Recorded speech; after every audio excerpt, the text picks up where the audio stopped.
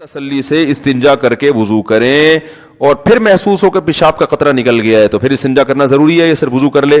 اور اگر اس وقت نہ ہو اور نماز کے دوران محسوس ہو تو کیا کرنا چاہیے؟ دیکھو یہ مسئلہ بہت اہم ہے، لوگ بہت پوچھتے ہیں، پہلے بھی ریکارڈ کرا چکا ہوں۔ جب پیشاب کرتے ہیں تو ایک دفعہ تسلی کر لیں کہ قطرہ آنا بند ہو گیا کہ نہیں ہو گیا، فوراً اٹھ کے نہ آئے، کیونکہ جب پیشاب کرتا ہے نا انسان تھوڑا سا کچھ نہ کچھ قطرات تری کچھ نہ کچھ آتی رہتی ہے، تو آپ تسلی سے بیٹھے رہیں، صحیح ہے نا؟ اب یہ نہیں کہ بیٹھے ہی، وہمی آدمی تو قیامت تک بیٹھا رہے گا، تو یہ وہمی ہوگی نہیں، نارمل آدمی کی بات کر رہا ہوں میں۔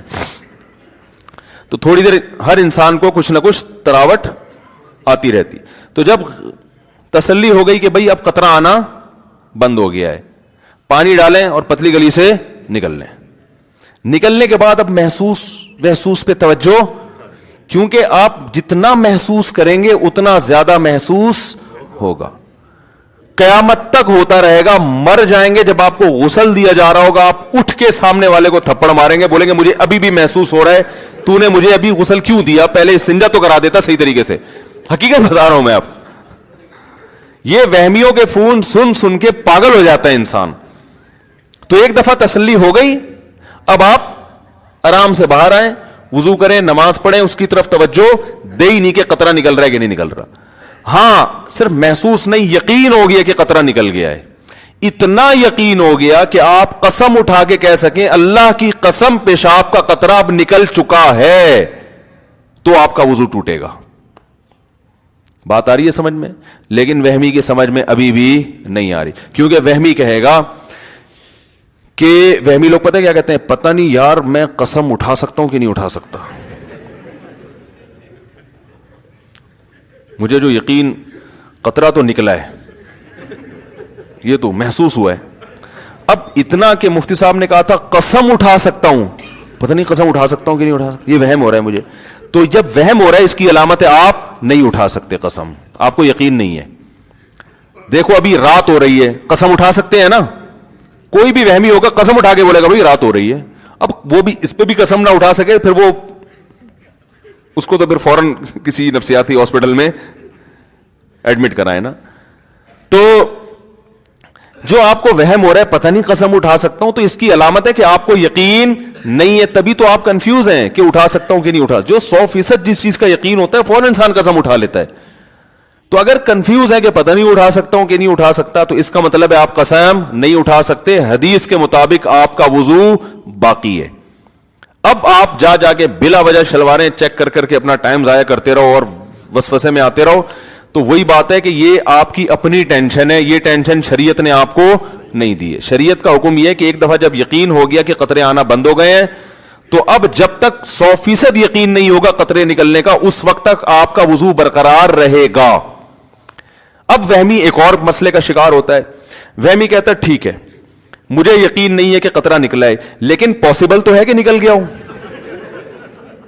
سمجھ رہے ہیں؟ یہ وہمیوں کو ہوتا ہے۔ اگر بالفرض نکل گیا ہوا تو وضو تو ٹوٹ گیا، پھر نماز تو نہیں ہوئی۔ اس کا جواب یہ ہے کہ بھائی جب شریعت نے کہہ دیا کہ جب تک 100% یقین نہیں ہے تو وضو باقی ہے، تو اس کا مطلب ہے کہ بالفرض اگر نکل بھی گیا ہو تو بھی وضو باقی ہے۔ سمجھ میں آ رہی ہے بات؟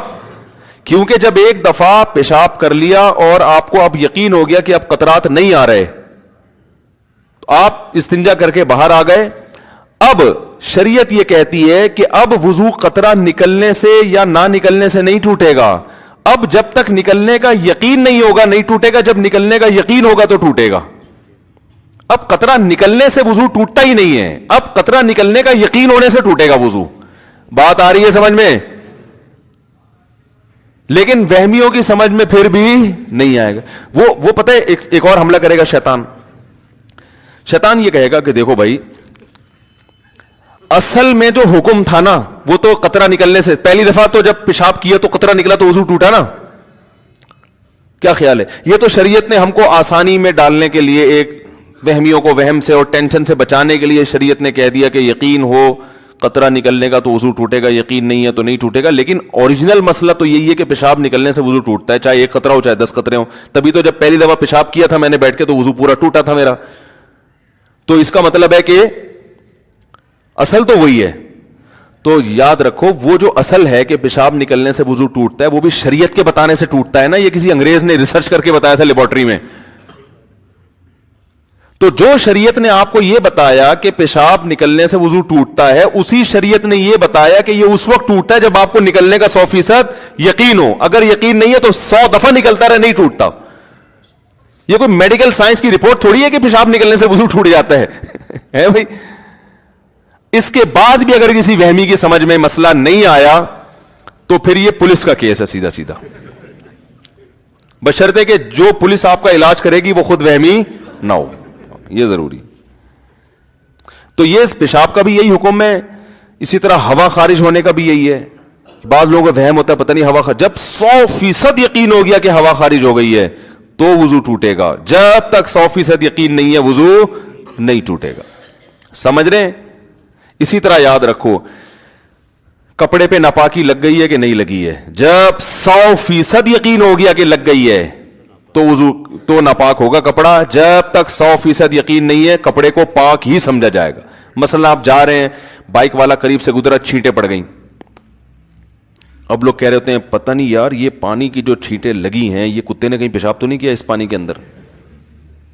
تو بھائی آپ نے پیشاب کرتے ہوئے دیکھا ہے کتے کو؟ نہیں دیکھا, تو بس اس کا مطلب یہ پانی کیا ہے؟ پاک ہے. حضرت عمر رضی اللہ تعالیٰ عنہ ایک سفر میں تھے, پانی ختم ہو گیا, لوگوں کو وضو کی ضرورت تھی, ایک تالاب میں پانی نظر آیا, چھوٹا سا تالاب تھا. تو کسی نے جا کے تحقیق کرنا شروع کر دی کہ اس میں کہیں کتے نے پانی منہ تو نہیں ڈالا.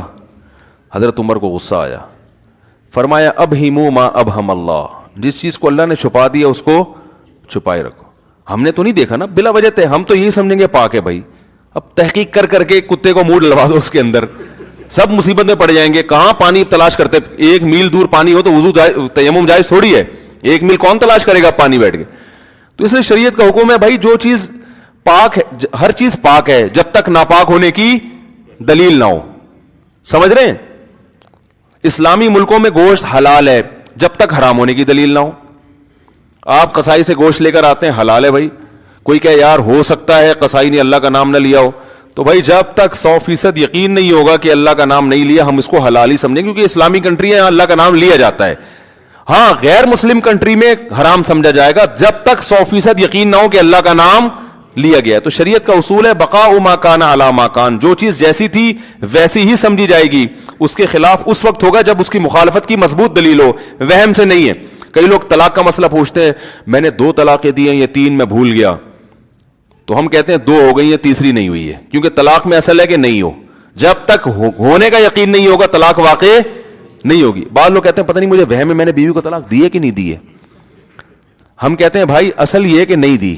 جب 100% یقین ہو, قسم اٹھا کے بولو کہ میں نے دی ہے تو ہوگی, ورنہ نہیں ہوگی. تو خام خواہ ملنا لوگ وہم میں پڑے ہوئے ہیں کہ یار وہ پتہ نہیں ہو گئی کہ نہیں, دی ہے کہ نہیں دی ہے میں نے. او بھائی دی ہوتی تو ساری دنیا کو پتہ چلتا ہے, ایسے تھوڑی ہو جاتا, بیگم نہیں چھوڑتی تمہیں, تو ایسے تھوڑی ہوتا ہے وہم. تو یہ ایک علاج ہے وہم کا, اور شریعت نے بھی بتایا ہے کہ جو چیز جیسی ہے ویسی ہی سمجھی جائے گی. اس کے اچھا اسی طرح یاد رکھو انسانوں میں اصل یہ کہ سارے انسان اچھے ہیں. سمجھ میں آ رہی ہے بات؟ جب تک برے ہونے کی کوئی اتنی مضبوط دلیل نہ ہو کہ آپ قسم اٹھا کے بول سکو کہ اس آدمی میں یہ برائی ہے, اس وقت تک اس کو برا سمجھنا بھی جائز نہیں. حتیٰ کہ آپ نے اس کی برائی دیکھ لی اور اس میں اس بات کا کوئی لاجک بنتی ہے اس کی کہ ممکن ہے یہ ہو, ممکن ہے یہ. جیسے آپ نے کسی کو کسی خاتون کے ساتھ کھڑا ہوا دیکھ لیا کہ ہوٹل میں چپکے سے دیکھا کہ کسی لڑکی کے ساتھ بیٹھا ہوا ہے, تو عین ممکن ہے شادی کی بھی ہو اس نے. کیا خیال ہے؟ آپ کہیں گے بھائی شادی ہے تو ان کی عمر 48 سال ہے, میری 48 نہیں ہے, پہلے بتا دوں میں کہ آپ سمجھ رہے, میں اپنی مثالیں دے رہا ہوں. اب مسئلہ یہ ہوا آپ نے کسی کو کسی لڑکی کے ساتھ دیکھ لیا, عین ممکن ہے بھائی بیوی ہو نا, یہ تو امکان تو ہے نا. آپ کہہ سکتے ہیں اس کی بیوی کو تو میں جانتا ہوں, ہو سکتا ہے چھپ کے ایک اور شادی کی بھی ہو. تو جب تک اچھے معامل پر اس کو پھیرنا ممکن ہے, شریعت آپ کو بدگمانی کی اجازت نہیں دیتی. اور ہمارے ہاں سگی بیوی کے ساتھ بیٹھا ہوا ہوتا ہے, 2 بچے بھی ہوتے ہیں, بدگمان اڑتے ہیں یار کسی سے بھی پکڑ لیے ہوں گے لوگوں کو بیوقوف بنانے کے لیے. کیا خیال ہے؟ ورنہ یہ بیگم کے ساتھ قائد اعظم کے مزار پہ کیا کر رہا ہے؟ یہ صرف قائد اعظم کا مزار ہونا اس کی علامت ہے کہ یہ ڈیٹ مارنے آیا ہے. بھائی شریف لوگ بیوی کے ساتھ قائد اعظم کے مزار بھی جا سکتے ہیں. اور کہیں بھی جا سکتے ہیں. تو اس لیے شریعت کا حکم یہ ہے کہ جب تک اچھا گمان کسی بھی درجے میں رکھنا پاسبل ہو, آپ کو برا گمان رکھنے کی اجازت نہیں ہے. جب اللہ کا حکم ہے تو فالو کرو نا بھائی اس کو, اور اس سے کتنا ہنسی خوشی زندگی گزرے گی. سب اچھے ہیں, دیکھو اس سے ذہن کو سکون ملتا ہے کہ سب اچھے ہیں, اس سے ملتا ہے سارے برے ہیں, سارے چور ہیں. محلے میں ایک چور آ جائے نا ٹینشن دینے کے لیے کافی ہے. جب آپ نے یہ گمان رکھ لی یہ بھی چور ہے, یہ بھی فراڈی, یہ بھی 2 نمبر, یہ بھی ایسا, یہ بھی فلانا, یہ بھی, تو آپ تو سارا دن ٹینشن میں ہی رہو گے. تو کتنا اچھا ہے, یہ بھی بہت اچھا, یہ بھی بہت اچھا, یہ بھی بہت اچھا, یہ تو ہے ہی بہت اچھا, یہ جو بیٹھا ہوا ہے نا صحیح ہے نا. تو سارے اچھے ہیں تو خوش رہتا ہے انسان. ہاں معاملات کرتے ہوئے چھان پھٹک کے, پیسے دیتے ہوئے آدمی اس کا لیبارٹری ٹیسٹ کروا لے کہ یار پیسے لے کے بھاگنا, اس میں معاملات میں شریعت نے حکم دیا کہ بہت چھان پھٹک کے معاملات کرو. تو اس لیے اچھا گمان رکھنا چاہیے. اور اچھا گمان میں یہ بھی ہے کہ وضو نہیں ٹوٹا یہ بدگمانی ہے کہ ابھی وضو کیا نہیں اور ٹوٹ گیا 2 منٹ میں. تو اچھا گمان اپنے بارے میں بھی کہ بھائی میں بڑا خاندانی وضو کرتا ہوں, اتنے آرام سے نہیں ٹوٹتا. بی بی تمیزہ کا وضو ہے, جس کو قاری صاحب نا بی بی تمیزہ کو وضو کرا کے گئے, اس کو وضو کرنا نہیں آتا تھا, نماز نہیں پڑھتی تھی. قاری صاحب نے پوچھا کیوں نہیں پڑھتی, کہنے وضو نہیں آتا. انہوں نے کہا چلو وضو میں کراتا ہوں, وضو کرایا, نماز پڑھائی. اس کے بعد وہ سفر پہ چلے گئے, 10 سال کے بعد آئے, بی بی تمیزہ سے کہا نماز پڑھ رہی, کہہ رہے 10 سال سے پابندی سے پڑھ رہی ہوں ماشاء اللہ. انہوں نے کہا وضو, کہہ رہے وہ تو آپ نے کرا دیا تھا. تو جیسے بی بی تمیزہ کا خاندانی وضو ہے, 5 بچے پیدا ہونے سے بھی وضو نہیں ٹوٹا. تو آپ اپنے بارے میں فہمیوں کو کہہ رہا ہوں, فرض کر لو کہ جب میں وضو کروں گا کسی کا باپ بھی اس وضو کو نہیں توڑ سکتا. میں یہ علاج بتا رہا ہوں, اللہ کی قسم یہ چیزیں سوچنے سے فائدہ ہوتا ہے. ان چیزوں کا علاج نفسیاتی ڈاکٹروں کے پاس نہیں ہوتا, ٹھیک ہے نا, کیونکہ بعض نفسیاتی ڈاکٹروں کا وہم ہو جاتا ہے کہ ہمارا وضو نہیں ہے. گزارش ہے کہ تشہد میں انگلی کی کن الفاظ پہ اٹھانی چاہیے, 1 مرتبہ اٹھانی چاہیے یا 1 سے زائد مرتبہ, اور یہ انگلی اٹھانا سنت ہے یا واجب یا مستحب؟ یہ مستحب عمل ہے. کلمہ توحید پر انگلی اٹھانے کا حدیث میں تذکرہ ہے, اشہدو ان لا الہ الا اللہ. وہ ہمارے جو مشہور انجینئر صاحب ہیں انہوں نے دعویٰ کیا کہ کسی حدیث میں نہیں ہے کہ لا الہ پہ انگلی اٹھائی جائے, الا اللہ پہ گرائی جائے. تو وہ جب میں نے ارادہ کیا تھا نا کہ سامنے فیس ٹو فیس بات ہوگی, تو میں وہ حدیث کا بھی حوالہ انشاءاللہ پیش کروں گا کہ آپ کہہ رہے تھے نا کوئی صحیح حدیث ہے نہ کوئی ضعیف. دعوے کر کے نا, تو دعوے کرنے ہی نہیں چاہیے انسان کو, اتنے جب کیے ہیں تو پھر ان کو جب فیس تو کرو نا ان دعووں کو. تو میں کہہ رہا ہوں کہ میں بیٹھ کے آپ کو حوالہ بتاؤں گا. تو میں اب یہ ویڈیو نہیں بنا سکتا یہاں بیٹھ کے, کیونکہ ویڈیو پھر وہ گڑبڑ ہو جاتی ہے, وہ گھما دیں گے بات کو. تو اس لیے ہم کہتے ہیں کہ بھائی ہے, ٹھیک ہے نا. ایسے اور بہت سارے ہیں. کبھی وہ کیا ہے کہ کب تک چھپو گے پیڑوں کی آڑ میں, کبھی تو ملو گے لنڈا بازار میں. شاعر نے کہا ہے کہ لنڈا بازار ایک ایسی جگہ ہے جہاں اچھے اچھے ڈیفینس کے لوگ بھی آتے ہیں. وہ پھر دھو دھلا کے نا ایسے کہتے ہیں ہم نے جناب یہ برانڈ ہے, جو ہم نے برانڈ ہے بہت اچھی ہم نے خریدی ہے. تو اس لیے شاعر نے کہا کب تک چھپو گے پیڑوں کی آڑ میں, اپنی محبوبوں سے کہہ رہے ہیں کبھی تو ملو گے لنڈا بازار میں. تو بھائی کبھی آپ ملے تو ہم انشاءاللہ وہ حدیث رکھ دیں گے جس میں لا الہ پہ انگلی اٹھانا, یعنی کلمہ توحید پہ انگلی اٹھانے کا ذکر ہے. اچھا میرے بھائی, کیا رقیہ کا صحیح طریقہ, صحیح آیتیں؟ یہ بڑا لمبا سوال ہے, اس کا خلاصہ بتا دیتا ہوں. رقیہ دم کرنے کو کہتے ہیں. تو سورہ فاتحہ کر کے بھی رقیہ کیا جا سکتا, آیت الکرسی بھی رقیہ ہے, اور سورہ بقرہ کی آخری آیتیں, کسی پہ جن ہونا یا جادو نظر وزر, تو یہ آیتیں پڑھنے سے فائدہ ہوتا ہے, سمجھ رہے ہیں. اور نظر کی جو سب سے بہترین دعا ہے اعوذ بکلمات اللہ التامہ من کل شیطان وہامہ ومن کل عین لامہ, سمجھ رہے ہیں. مفتی صاحب آپ کے بال بہت اچھے ہو گئے ہیں, کیا راز ہے؟ میرے بال بہت گر رہے ہیں, سامنے سے خالی ہو گئے ہیں, کوئی حل بتائیں. بال جو ہے نا یہ موروثی ہوتے ہیں, یاد رکھو, قدرت کی طرف سے ہوتے ہیں, ابا دادا سے چلتے آ رہے ہوتے ہیں. میرے داڑھی کے بال جھاڑ بھجکڑ ہیں, اور بہت سے بال میرے داڑھی کے سفید بھی ہو گئے, سر کے بال سفید نہیں ہوئے, بالکل کالے ہیں. تو یہ باپ دادا سے, میرے ابا کے بال بھی سر کے بہت خاندانی بال تھے. تو یہ قدرتی چیزیں ہوتی ہیں, یہ زیادہ چینج نہیں ہو سکتی, تھوڑی بہت ان میں دائیں بائیں ہو سکتا ہے, زیادہ نہیں ہو سکتی. باقی میرے تو بالکل ایئرپورٹ تھا,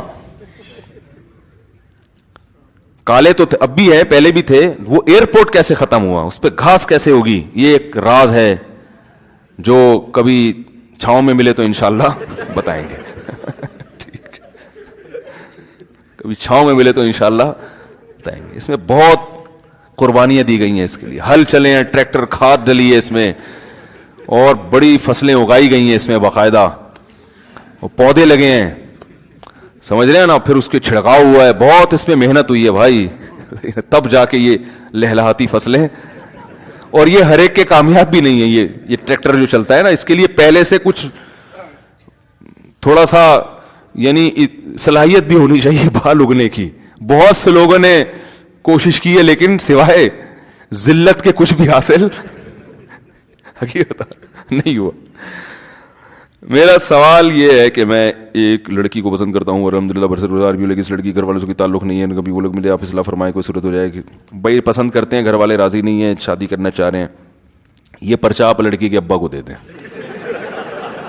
سمجھ رہے ہیں, یا اس کے گھر والوں کو دے دیں کہ میں پسند کرتا ہوں, آپ لوگ راضی نہیں ہو رہے, سمجھائیں, انشاءاللہ مان جائیں گے.